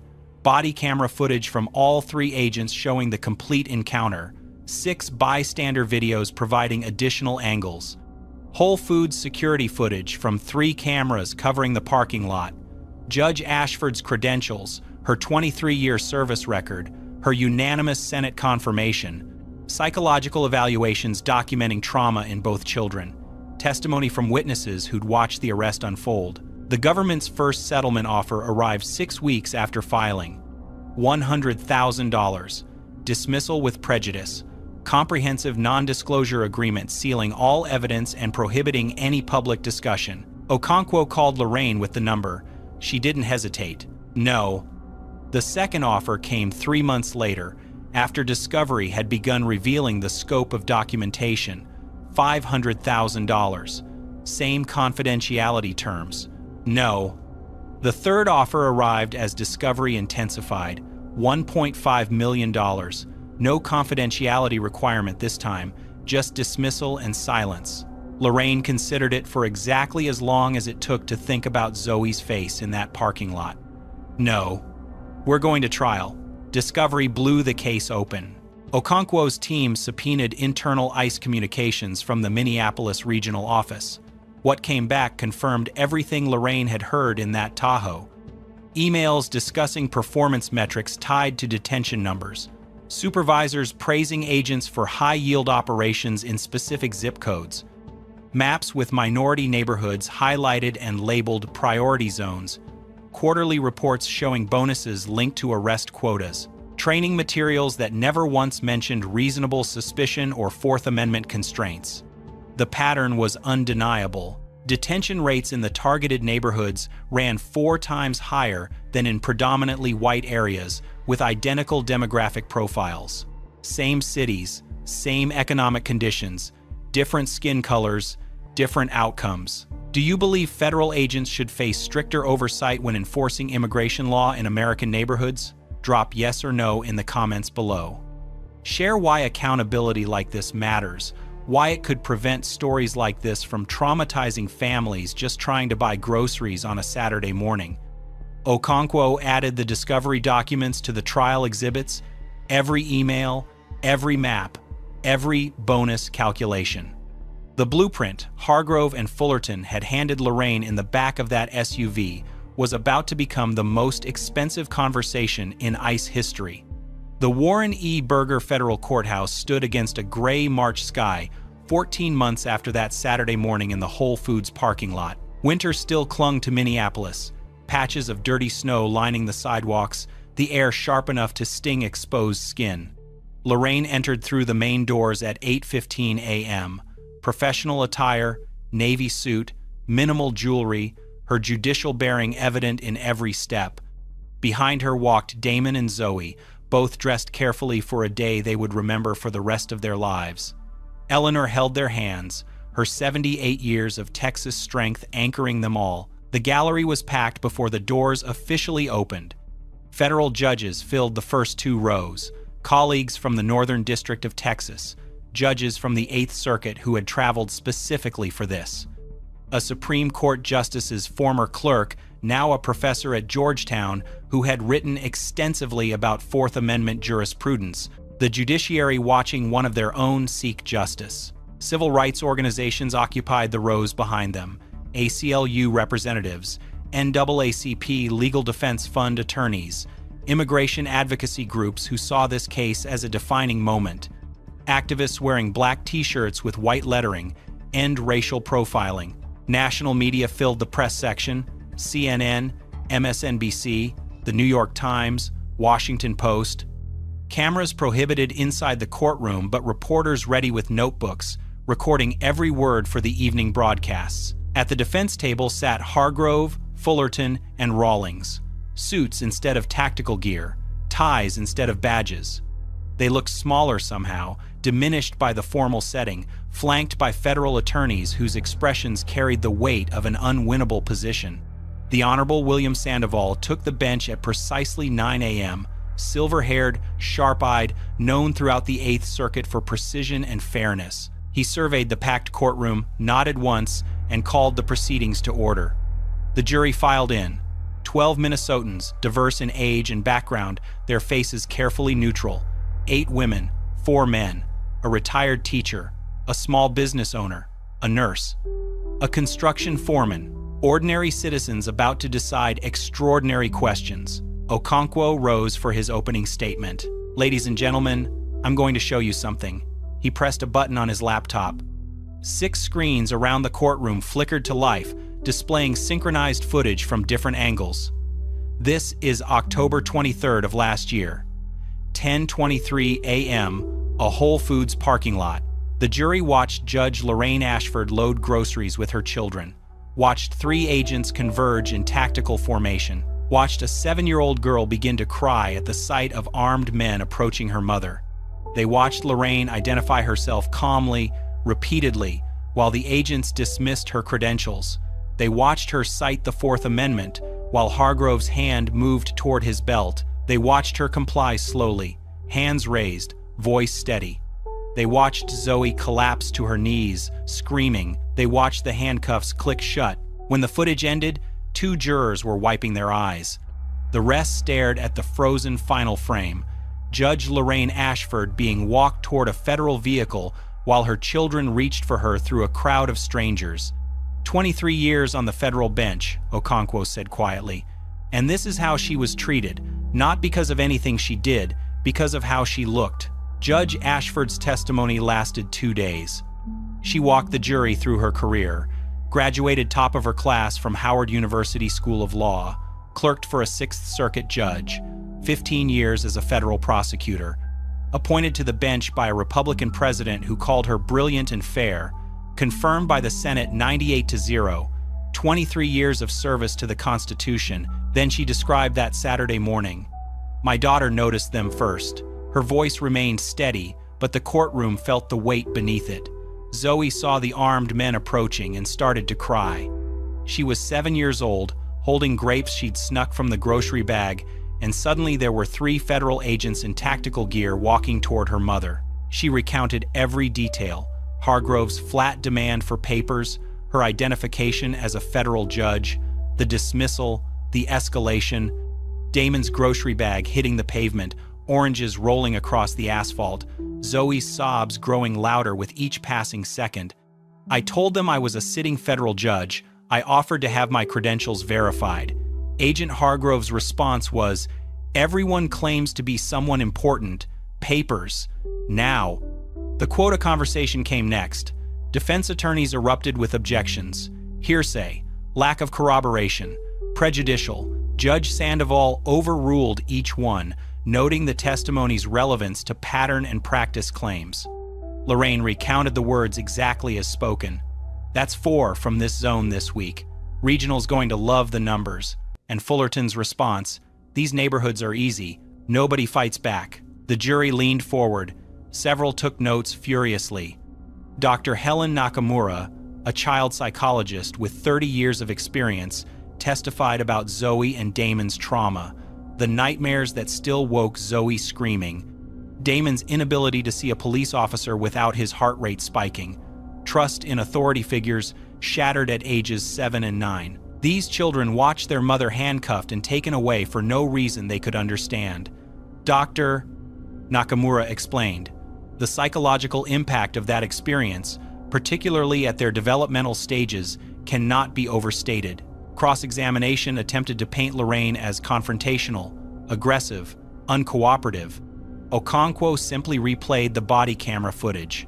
The jury watched Lorraine keep her hands visible throughout, watched her voice remain calm despite her daughter's screams, watched her comply with every command while clearly articulating her constitutional objections, watched the agents ignore her credentials, dismiss her identification, proceed with arrest despite zero evidence of any wrongdoing. Professor David Oyeleran from Yale Law School testified as an expert witness. "This is a textbook Fourth Amendment violation," he stated. "No reasonable suspicion, no probable cause, no articulable facts supporting the stop. Any reasonable officer would have known this detention was unconstitutional. The case law is settled and has been for decades." The defense's qualified immunity argument crumbled under the weight of Lorraine's own expertise. She had cited specific constitutional protections while being detained. She had articulated exactly why the stop was unlawful. She had given them every opportunity to verify her identity and release her. They had proceeded anyway. The jury deliberated for 4 days. Lorraine spent them at her mother's house in Street Paul, the March wind rattling the windows, snow flurries drifting past the glass. She answered Damon and Zoe's questions with age-appropriate honesty, explained what the jury was doing, what guilty meant, what not guilty meant. Prepared them for any outcome because that was what a mother did, even a mother who also happened to be a federal judge who knew exactly how unpredictable juries could be. "What if they say the men didn't do anything wrong?" Zoe asked on the 3rd night, her small face serious in the lamplight. Lorraine pulled her daughter close. "Then we'll know we told the truth.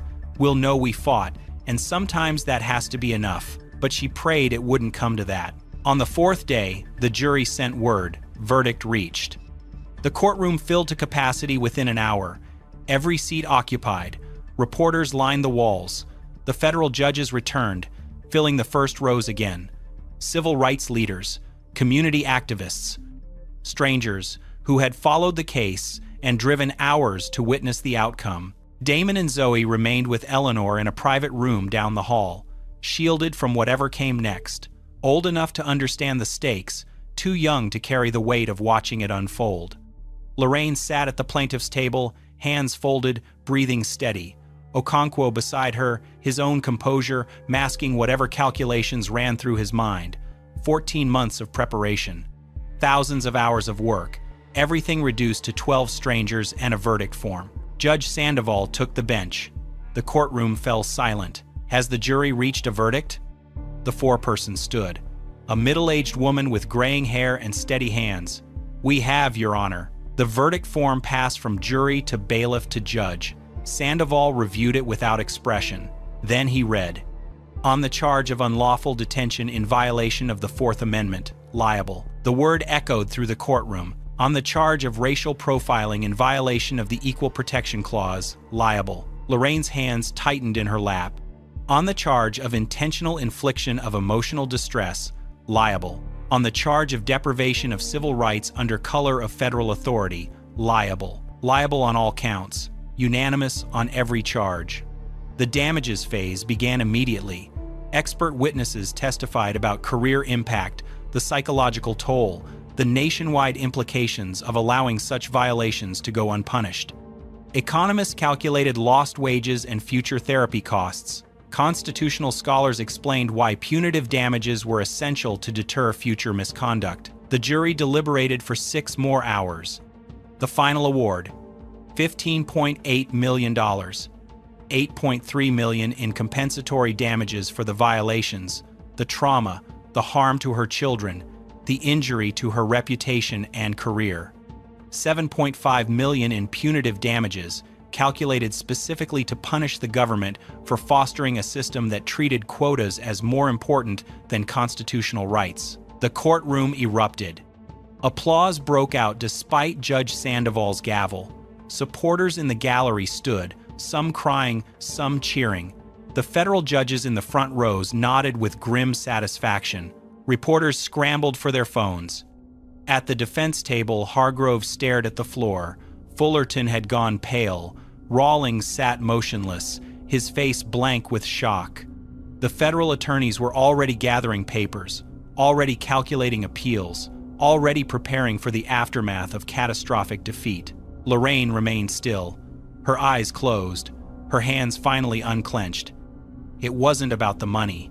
It had never been about the money. It was about Zoe's scream in that parking lot, about Damon's cracking voice trying to defend her, about every person stopped in those easy neighborhoods who couldn't fight back. It was about the line she had drawn and the system that had just learned the cost of crossing it. The consequences came swiftly. Hargrove and Fullerton were terminated within 72 hours of the verdict. Official statements cited conduct unbecoming and violation of agency protocols. Rawlings received an indefinite suspension pending internal investigation. Their careers in federal law enforcement were over. ICE announced sweeping policy reviews, mandatory bias training for all field agents, new oversight committees with civilian participation, updated protocols requiring verification of identification claims before detention, body camera footage subject to automatic review in any stop involving constitutional objections. The Department of Justice opened an independent investigation into quota-based enforcement practices nationwide. Ashford v. United States entered the legal lexicon within months. Civil rights attorneys cited it in cases across the country. Law schools added it to constitutional law curricula. The verdict became a reference point, a precedent, proof that Fourth Amendment violations had consequences even when committed by federal agents. Lorraine returned to her bench in Dallas 6 weeks after the trial. The same chambers, the same nameplate on the door, the same robe hanging in the closet, but something had shifted. Her rulings on Fourth Amendment cases carried new weight now, written by someone who understood the violations not just as legal abstractions but as lived experience. She established the Ashford Foundation with $3 million of the settlement, legal aid for victims of unlawful detention who couldn't afford representation, scholarships for law students from marginalized communities, know your rights workshops in the same neighborhoods that had been flagged as high-yield zones. The trauma didn't disappear overnight. Zoe still woke sometimes with nightmares, though less frequently now.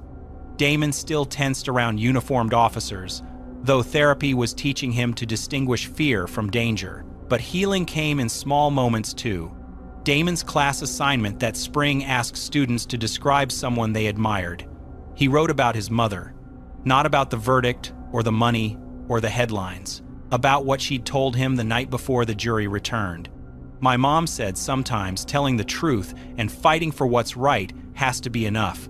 But she also said when you can win, you should win as loud as possible so everyone hears. She fights for the Constitution. That's her job, and she's really good at it.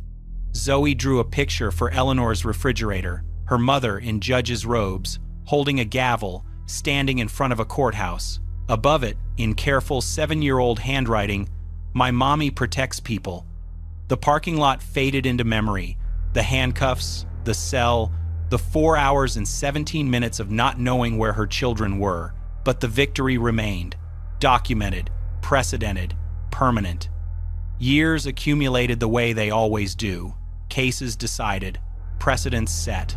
The steady work of constitutional interpretation that had defined Lorraine's career long before that October morning and continued long after. Judge Ashford remained on the federal bench, her rulings sharper now, her commitment to Fourth Amendment protections deepened by experience no legal textbook could provide. When defendants claimed their rights had been violated, she listened differently. When government attorneys argued reasonable suspicion, she probed deeper. She had sat in the holding cell. She had heard the quota conversation. She knew what systemic abuse looked like from the inside. The ripple effects of the verdict spread outward. Other victims came forward. People who had been stopped in those high-yield zones. Families who had been separated during compliance checks. Citizens who had been detained for hours based on nothing but appearance. The Ashford Foundation provided attorneys. The evidence patterns established during discovery became templates for new lawsuits. What had happened to one federal judge became proof of what had happened to thousands of ordinary people. Similar cases filed across the country. Phoenix, Houston, Chicago, Los Angeles, each one citing Ashford v. United States, each one building on the foundation she had laid. Settlements grew larger, policy changes accelerated.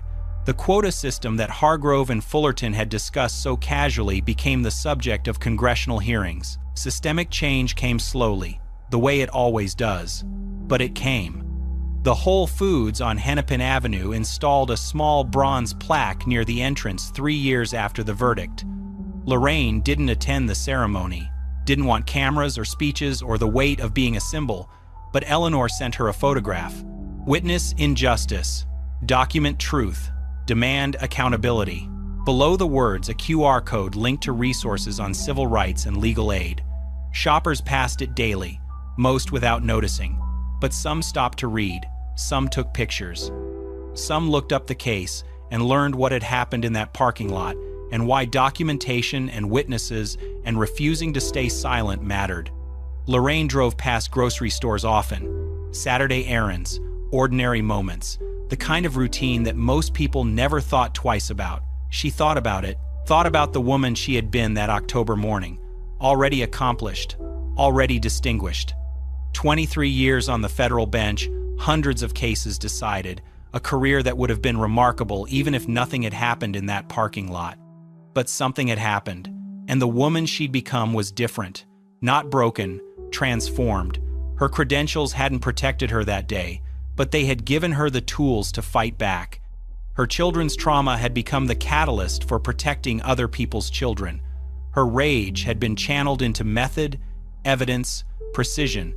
The sharpest weapon wasn't anger. It was preparation meeting opportunity. It was knowing the law so well that you could dismantle the people who violated it. It was refusing to settle quietly when public accountability could prevent the same thing from happening to someone else. 5 years after the verdict, On a Saturday morning in late October, Lorraine pulled into a grocery store parking lot with her children. Damon was 14 now, nearly as tall as she was, earbuds in, scrolling through his phone. Zoe was 12, chattering about a school project. Her earlier trauma faded to occasional shadows that therapy had taught her to manage. Teenagers. Ordinary teenagers doing ordinary things. They loaded groceries into the SUV, autumn air crisp and cool, leaves scattered across the pavement, the familiar rhythm of a weekend errand. No agents appeared, no demands for papers, no handcuffs, no screaming. Just a mother and her children existing freely in a parking lot, the way it should have been all along. Lorraine closed the trunk and looked at Damon and Zoe, at the young people they were becoming, at the future they would build. The line she had drawn in that Minneapolis parking lot still held firm. Power, when abused, met consequences. Systems, when exposed, faced reform. Underestimated brilliance remained the sharpest weapon. She had shown them, the agents, the institution, the entire country, that some people do fight back. That credentials matter. That constitutional rights aren't just words on parchment, but protections that must be defended. And she had shown her children something more important. That fear doesn't have to be the end of the story. That trauma can become purpose. That their mother, when tested, had stood firm and prevailed. Lorraine climbed into the driver's seat. Damon claimed the front passenger position, the privilege of teenage years. Zoe sprawled across the back with her phone. "Grandma's expecting us for lunch," Lorraine said. "Can we stop for donuts?" Zoe asked. "You just ate grapes." "That was like an hour ago," Damon laughed. Lorraine smiled. The SUV pulled out of the lot. Saturday morning. Ordinary errands. A family moving through the world without incident. The way it always should have been. Now, watching footage like this, it can really stick with you, right? Some of these clips stay in your head, especially late at night when you're trying to fall asleep. And speaking of sleep, if you're someone who lies awake at 2 or 3 a.m., mind racing, unable to shut off, I know how frustrating that is. You're exhausted, but your brain just won't stop. And the worst part? The less you sleep, the worse it gets. Your energy crashes, your mood suffers, everything feels harder than it should. I struggled with this for years. Tried melatonin, white noise, warm milk, nothing worked long term. Then I found something called the 30-Day Uninterrupted Sleep Reset. It's a science-based program, no pills, no medication, that actually retrains your brain to sleep through the night. 7 to 8 hours, uninterrupted. Over 30 days, it rewires your sleep system. And once you're done, you keep the results. There's a maintenance plan so you don't slip back. Look, if you've tried everything and nothing sticks, this is different. I'll leave a link in the description below. Now, if you think this case was bad, wait until you see what